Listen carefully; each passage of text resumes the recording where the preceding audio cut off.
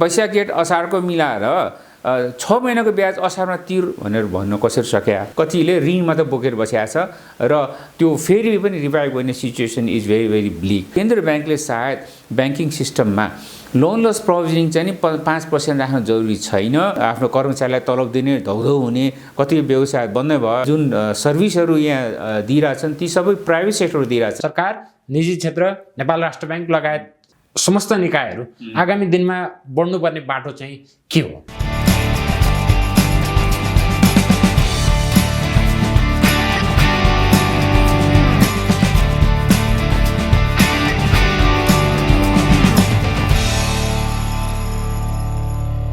यस कार्यक्रमका साथमा अजोड इन्स्योरेन्स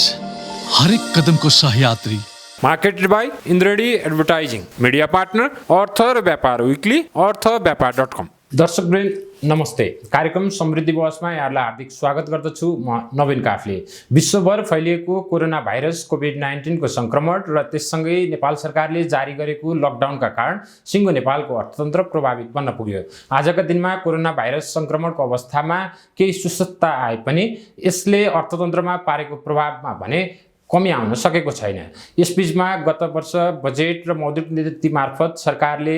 निजी क्षेत्रलाई उपलब्ध गराउनु पर्ने राहतहरू पनि निजी क्षेत्रले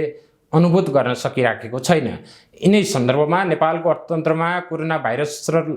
लकडाउनका कारण परेको प्रभाव नेपाली अर्थतन्त्रलाई पुनर्जीवन दिन सरकार र नेपालको निजी क्षेत्रले गर्नुपर्ने प्रयासहरूबारे कुराकानी गर्न आज मैले पूर्व ब्याङ्कर तथा स्टार हस्पिटल प्रालिका कार्यकारी अध्यक्ष किशोर महर्जनलाई कार्यक्रममा निमन्त्रणा गरेको छु आउनुहोस् आजका मेरा अतिथि महर्जनलाई कार्यक्रममा स्वागत गरौँ किशोर सर यहाँलाई कार्यक्रममा स्वागत छ धन्यवाद अलिकति अनौपचारिक जस्तो ढङ्गबाट कुराकानी सुरु गरौँ हजुर एकजना ब्याङ्कर अहिले आएर व्यवसायको ढङ्गले कार्यरत रहँदाखेरि यी दुईटामा अनुभूतिको तहमा कस्तो किसिमको अन्तर वा फरक यहाँले अनुभूति गरिरहनु भएको छ अब म पूर्व ब्याङ्कर पनि भएको हिसाबले के छ भने अब पीडा भनेको व्यवसायको पनि पीडा हुन्छन् ब्याङ्करको पनि आफ्नै पीडा छ र ब्याङ्कर उसमा पनि एज अ कर्मचारीको पीडा आफ्नै छ एज अ म्यानेजमेन्ट टिमको आफ्नै पीडा हुन्छ र एज अ बोर्डको आफ्नो पीडा हुन्छ र अहिलेसम्म आइपुग्दाखेरि म एक जुनियर कर्मचारी पनि भएँ अनि म्यानेजमेन्ट टिममा पनि बसेँ एज अ सिइओ पनि धेरै वर्ष काम गरियो र अहिले पनि आएर म एउटा वित्तीय संस्थामा अध्यक्ष पनि छु भन्दाखेरि एज अ बोर्डको पनि आफ्नै पीडा हुँदो रहेछ सो यो सबै उसमा परिप्रेक्ष्यमा अब म टेबलको अर्को साइडमा बस्छु अर्को साइड भन्दाखेरि एज अ व्यवसायी जसले आफ्नो व्यवसाय गर्नलाई ब्याङ्क वित्तीय संस्थामा गएर टेबलको अब अर्को साइडमा बसेर ब्याङ्करसँग एउटा नेगोसिएसन छलफलको हुनुहुन्छ सो यो उसलाई मैले व्यवसायको पीडा पनि देखेको छु र हुन त म एज अ ब्याङ्कर पनि मैले सधैँ व्यवसायको पीडा पनि बुझ्थेँ र मैले व्यवसायको जुत्तामा यसो उभिएर पनि हेर्थेँ कि व्यवसायीलाई कस्तो खालको चाहिँ पीडा रहेछ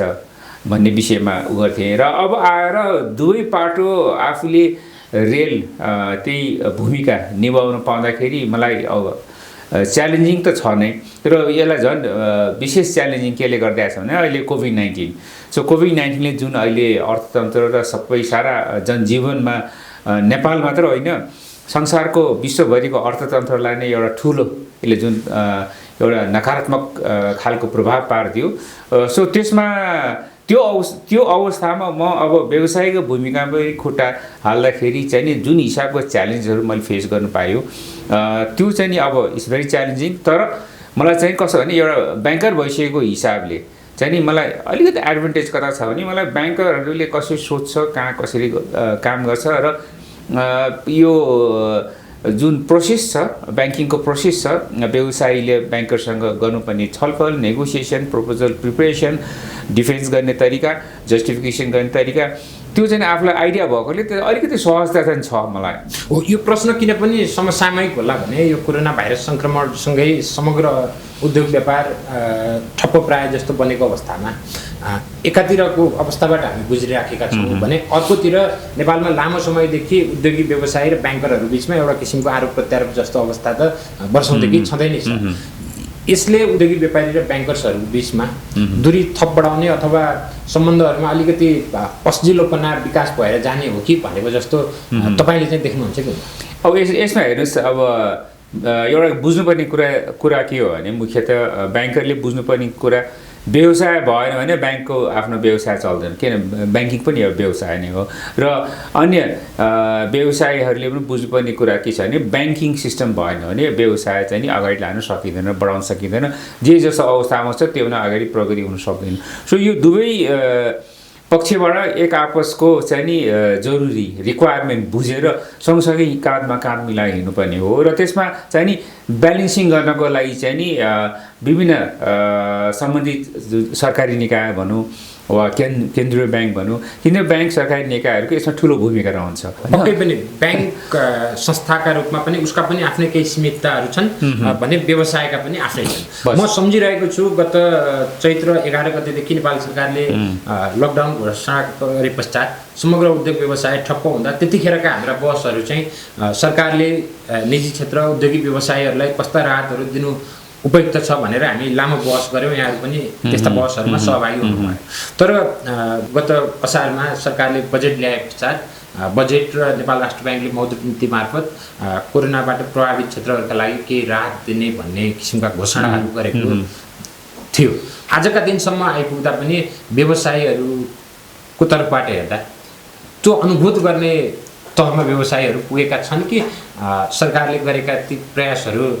खासै प्रभावकारी हुन सकेका छैन? होइन, आई थिङ्क मैले यसमा भन्नुपर्दाखेरि अब डिटेलमा जाउँ। अब चैत्र 11 गते जुन बेला लकडाउन घोषणा गरियो त्यतिखेर सायद कसैले पनि थाहा भएन, थाहा थिएन पनि कि कोभिड-19 यति लामो लम्बिन्छ, 2 महिना 3 महिना 4 महिनाभित्र सकिन्छ भन्ने त्यो एउटा एजम्सन थियो। र त्यो एजम्सन चाहिँ नि संसारैभरि अनि विकसित मुलुकमा पनि त्यो एजम्सन थियो जुन चाहिँ नि अब फेल खायो होइन। आज 10 महिना भयो, 11 महिना भयो, वर्ष दिन हुन्ला आज वुहानको कुरा गर्ने हो भने त। सो 1 वर्षमा पनि यसलाई चाहिँ ट्याकल गर्ने आएको छैन। र अब नयाँ स्ट्रेनको नयाँ ट्रेडको कोभिड-19 भाइरसहरू जन्मिरहेछन् होइन। अब युकेमा जन्मियो होइन, अब साउथ अफ्रिकामा जन्मिरहेछ नयाँ होइन। त्यो अब त्यहाँबाट अन्य मुलुकहरूमा त्यो फैलिने अझ सम्भावना छँदैछ। सो त्यो परिप्रेक्ष्यमा चाहिँ नि सरकारले र केन्द्र ब्याङ्कले व्यवसाय इकोनोमी बचाउने हो भने कुनै एउटा ठोस चाहिँ नि नीतिहरू ल्याउनु अलिकति एग्रेसिभ वेमा ल्याउनु पर्ने थियो, जुन विदेशमा अन्य विकसित मुलुकहरूमा चाहिँ नि ल्याएको छ। त्यो स्तरको सायद यहाँ ल्याउन चाहिँ नि अलि सम्भव पनि नहोला, किनभने हाम्रो सरकार त्यति धनी त छैन। जसरी अब युरोपमा, बेलायतमा, अमेरिकामा, क्यानाडामा, जापानमा जसरी एसएमई क्याटेगोरीको स्पेसली विशेष गरेर होइन साना मझौला उद्योगहरू व्यवसायहरूलाई बचाउने हिसाबले जुन हिसाबले एउटा फिक्स्ड एउटा रकमहरू दियो होइन, कहिले $40,000 दियो, कहिले $25,000 पाउन्ड दियो, कहिले फेरि अब दिँदैछ। र त्यसपछि अनएम्प्लोइड जागिर गुमेकाहरूलाई जुन हिसाबले एउटा सोसल सेक्युरिटीबाट महिनाको $1,200 $1,800 होइन यसरी दियो। र जुन हिसाबले एउटा प्याकेज राहतको प्याकेज ल्यायो, इभन हाम्रो छिमेकी मुलुक भारतमा जुन हिसाबले खरबौँ रुपियाँको जुन प्याकेज ल्याइयो, सायद त्यो हदसम्म सम्भव नभए पनि यहाँ 2-3 कुराहरू गर्न सकिन्थ्यो जुन भएन। यहाँ के भयो भने सानोतिनो प्याकेज दियो क्या, झिना मसिना। जस्तै चैत्र महिना मसान्तको ब्याज चाहिँ नि असारमा तिर्यो हुन्छ। अब चैत्रको ब्याजै तिर्न नसकेको व्यवसायीलाई चैत्र प्लस वैशाख जेठ असारको मिलाएर 6 महिनाको ब्याज असारमा तिर भनेर भन्नु कसरी सक्या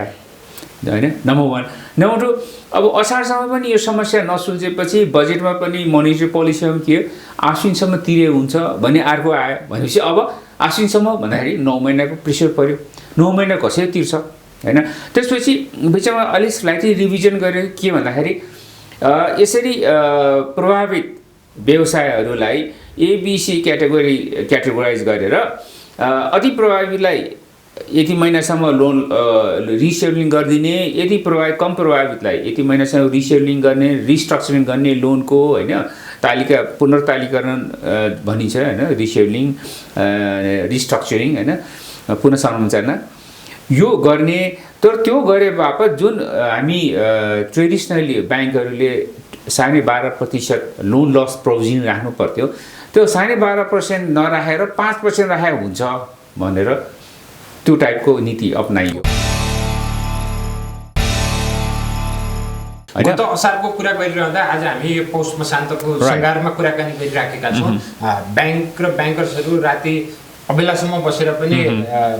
रेडियोहरूलाई फोन गरेर बारम्बार ताकेता गरिराखेको अवस्था छ भने व्यवसायहरू यो पौष मसान्त कसरी टारौँ भनेर सोचिराखेको अवस्था छ। यतिखेर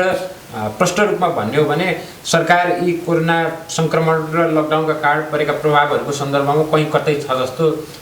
आजका दिनमा देखिए जस्तो देखिँदैन। यो अवस्थाले हामीलाई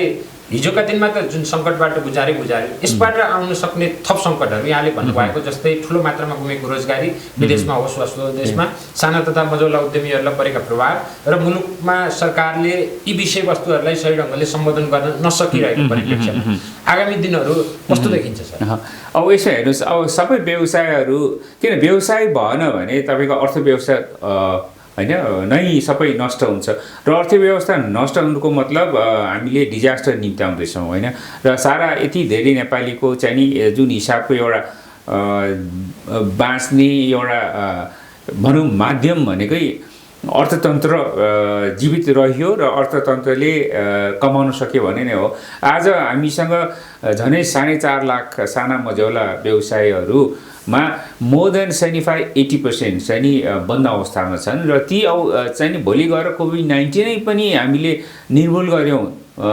र सकायौँ भने पनि त्यसमध्ये मोर देन 50% त त्यो बिउतिनुवाला छैन। उनीहरू त forever they are dead, किन उनीको पुरा पुँजी नै गायब भइसक्यो, क्यापिटल लस पुरा भइसकेको छ र खालि कतिले ऋण मात्र बोकेर बसेको छ र त्यो फेरि पनि रिभाइभ गर्ने situation is very very bleak. So त्यो अवस्थामा के छ, तपाईँले 4.5 लाख साना मझौला उद्योग भने तपाईँ एउटा साना मझौला उद्योगमा 10 जना मात्रै राख्नुहोस् कर्मचारी काम गर्ने मान्छे, कुनैमा 5 जना होला, कुनैमा 50 जना पनि छन्। सो 10 जना गर्दाखेरि तपाईँको 45 लाख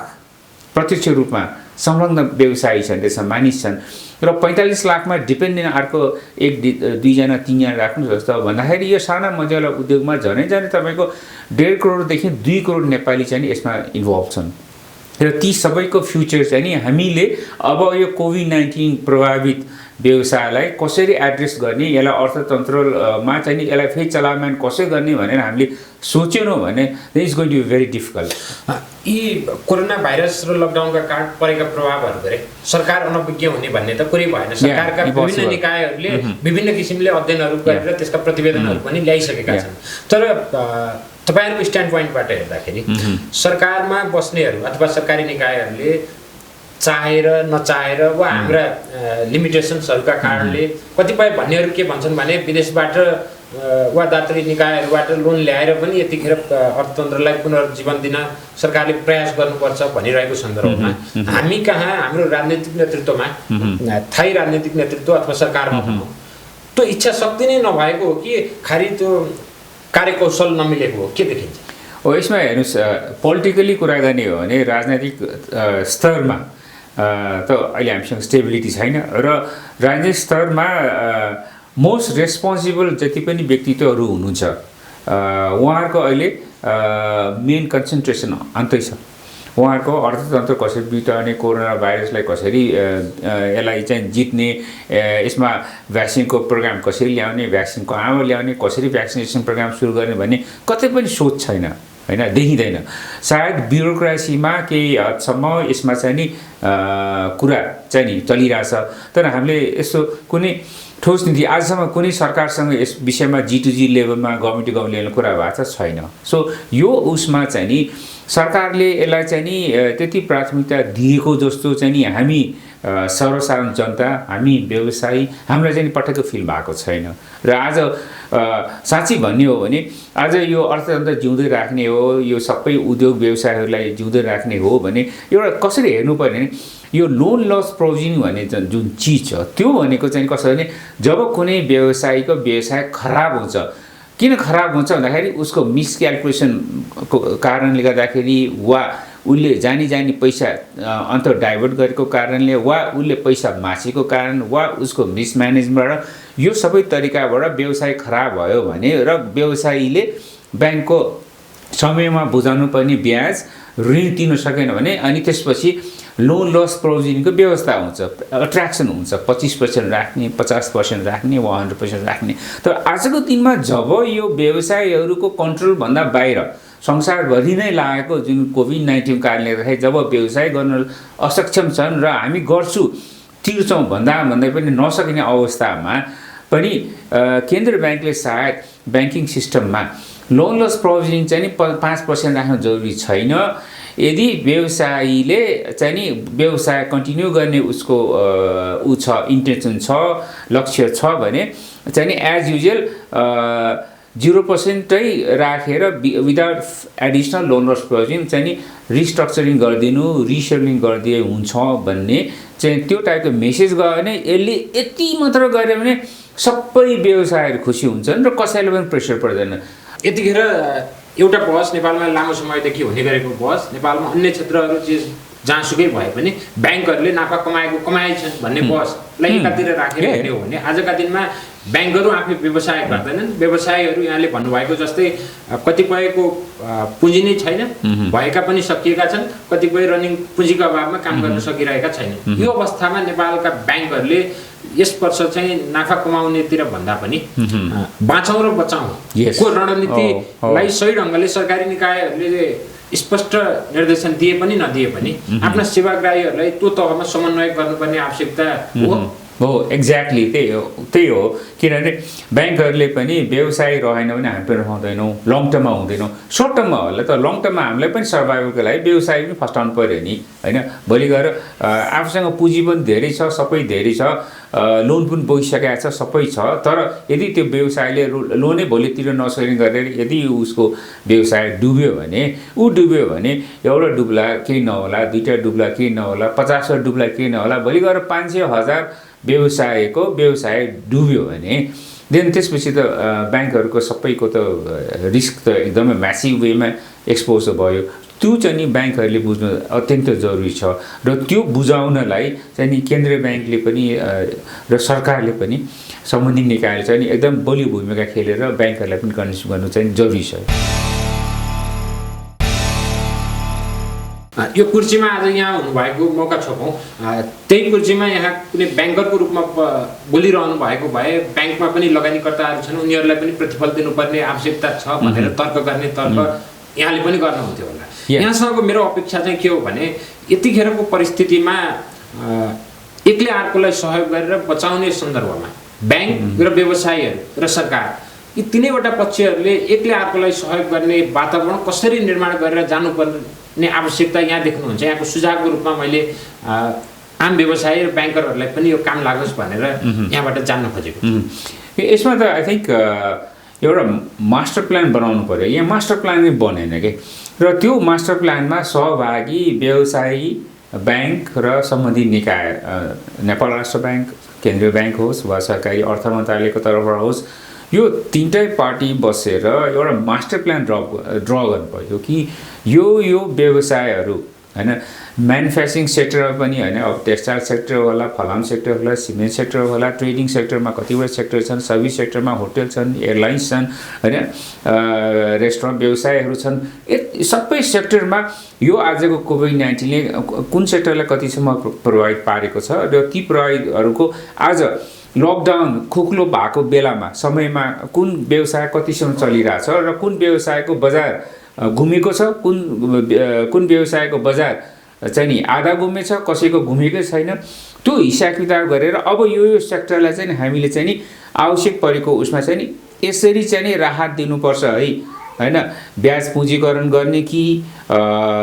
लोनलाई रिस्ट्रक्चरिङ गर्ने कि लोनलाई रिसेडुलिङ गर्ने हो कि यो सेक्टरलाई यति, यो सेक्टरलाई यति, यो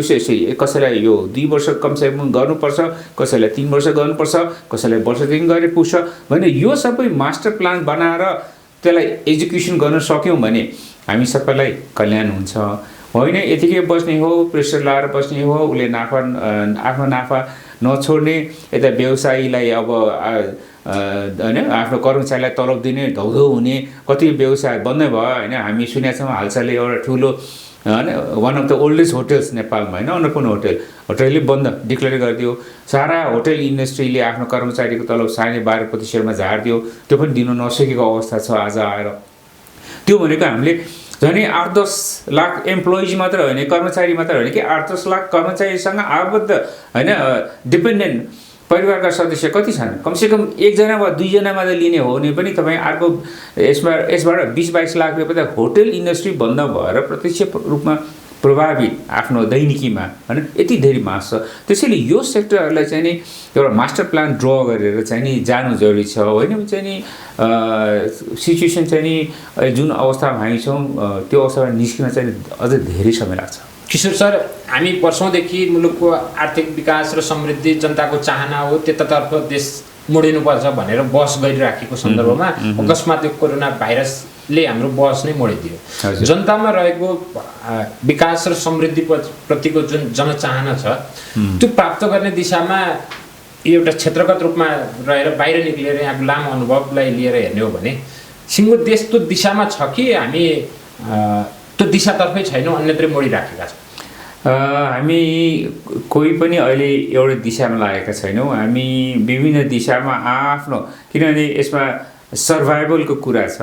सो सर्भाइभलको कुराले गर्दाखेरि आज कसै व्यवसायीहरू मध्ये बिचमा पनि विभिन्न दिशामा कुदिरहेछन्। त्यसपछि कर्मचारीहरू आफ्नै दिशामा कुदिरहेछन् र त्यसपछि सबैभन्दा धेरै प्रभावित जति व्यवसायी छन्, जनमानस छन्, सबैजना सर्भाइभलको लागि कुदिरहेछन्। सो त्यसले गर्दाखेरि एउटा इन्टिग्रेटेड रूपमा एउटा मेन एउटा भनौँ बाटो अपनाएर को पनि हिँड्न सकेको अवस्था छैन र यसमा सरकारको प्रमुख भूमिका हुनुपर्थ्यो, जुन सरकारले आज त्यो रोल प्रपरली खेलिरहेको जस्तो हामी कसैलाई पनि लाग्दैन। र किन सरकार आफै डिभाइडेड छ र जुन आज भनौँ very sad to say ruling party जो छन् ती रुलिङ पार्टी नै डिभाइड मात्र छैन कि हु एक्चुअली द रुलिङ पार्टी भनेकै प्रश्न छैन। रुलिङ पार्टी मात्र होइन, त्यसपछि अपोजिसन पार्टीको पनि त्यति बलियो भूमिका देखिँदैन। यसरी जो देशलाई हाँक्नुपर्ने ड्राइभरहरू छन् होइन, देश एउटा मानव गाडी हो, गाडीको ड्राइभर नै विभिन्न खाले ड्राइभर छन् र एकजनाले लेफ्ट हाँक्न खोज्छ, एकजनाले राइट हाँक्न खोज्छ, एकजनाले माथि सिधा जान खोज्छ भन्ने। सो देश कसरी अगाडि जान्छ? यहीँनिर मैले जोड्न खोजेको विषय के थियो भने हामी ठुला विकास र समृद्धिका त कुरा गर्छौँ, तर यो कोरोना भाइरस सङ्क्रमणको अवस्थासँगै नेपालले हाम्रो आफ्नो तागत कति रहेछ, उदाहरणको निम्ति नागरिकको स्वास्थ्य जस्तो महत्त्वपूर्ण विषयमा पनि गर्न सक्ने अथवा हाम्रो क्षमता कति रहेछ भनेर प्रष्ट ढङ्गले हामीले हाम्रो आफ्नै मूल्याङ्कन गर्न सक्ने अवसर पायौँ। यहाँ त यो सन्दर्भमा प्रत्यक्ष रूपमा एउटा हस्पिटलको लिड गरेर महत्त्वपूर्ण भूमिका खेलेर यहाँ आइपुग्नु भएको छ भनेपछि हाम्रो यथार्थ र हामीले लिएका सपनाहरू जे छन् नि त्यो बिचमा ठुलो अन्तर देखिन्छ नि। यसलाई कसरी हेरिरहनु भएको छ? होइन, म अब आएर स्वास्थ्य क्षेत्रमा सम्बन्धित व्यक्ति भएको कारणले गर्दाखेरि मैले के देखाएको छ भने मेरो यो झनै 1.5 वर्ष 2 वर्ष जतिको अहिलेको इन्गेजमेन्ट र अहिले आएर झनै लास्ट 1 वर्षदेखि कोभिड-19 को जुन सङ्क्रमणले गर्दाखेरि सब यस्तो हाहाकार भएको छ। यसमा स्वास्थ्य क्षेत्रमा चाहिँ नि सरकारको कस्तो खालको भूमिका रहेछ, कस्तो भूमिका खेल्दो रहेछ, सरकारको क्षमता कति रहेछ, के रहेछ र कुन दृष्टिले सरकारले चाहिँ नि विभिन्न यसका स्टेक होल्डर्स, यसका खेलाडीहरू, प्लेयर्सहरू होइन, जस्तै हामी जस्तो हस्पिटलका डक्टरहरू, अन्य स्वास्थ्य कर्मीहरूलाई कुन नजरले हेर्दो रहेछ, कसरी व्यवहार गर्दो रहेछ, कस्तो खालको एन्करेजमेन्ट दिँदो रहेछ होइन, प्रोत्साहन दिँदो रहेछ भन्ने कुरा सबै देखिरहेको छ, बुझिरहेको छ। र त्यो हेर्दाखेरि चाहिँ नि यस्तो लाग्छ कि किनभने यहाँ मैले पर्सनली पनि विदेशमा होइन छिमेकी राष्ट्र भारतदेखि लिएर विकसित मुलुक अन्य होइन युकेदेखि लिएर युएससम्मको हेल्थ सिस्टम देखाएको छु, हेरेको छु, एक्सपिरियन्स पनि गरेको छु होइन। जुन हिसाबले त्यहाँ प्रोत्साहन दिइन्छ, जुन हिसाबले त्यहाँ एउटा इन्फ्रास्ट्रक्चर क्रिएट गरिदिएको छ गभर्मेन्टले, त्यहाँ पनि एक त पटकै छैन। र यहाँ चाहिँ जति पनि यो एकदम एडभान्स लेभलको हेल्थ जुन सर्भिसहरू यहाँ दिइरहेछन् ती सबै प्राइभेट सेक्टरले दिइरहेछन् र त्यसमा गभर्मेन्टको एकदम लिमिटेड त्यसमा एन्गेजमेन्ट छ र प्राइभेट सेक्टरले पनि त्यो सर्भिस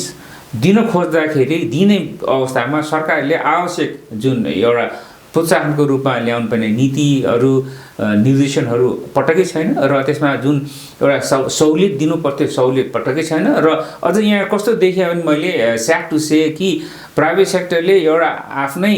एउटा रिस्कमा यसमा चाहिँ नि यसलाई यो लेभलको माथिल्लो स्तरको चाहिँ नि स्वास्थ्य सेवा दिउँ भन्ने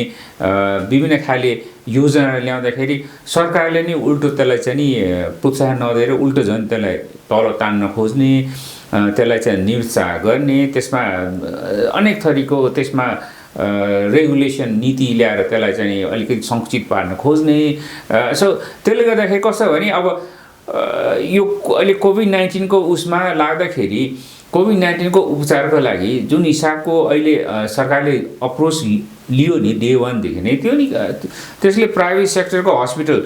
प्राइभेट सेक्टर भन्दाखेरि नेपालको टोटल हेल्थ सिस्टममा प्राइभेट सेक्टरको 70% यसमा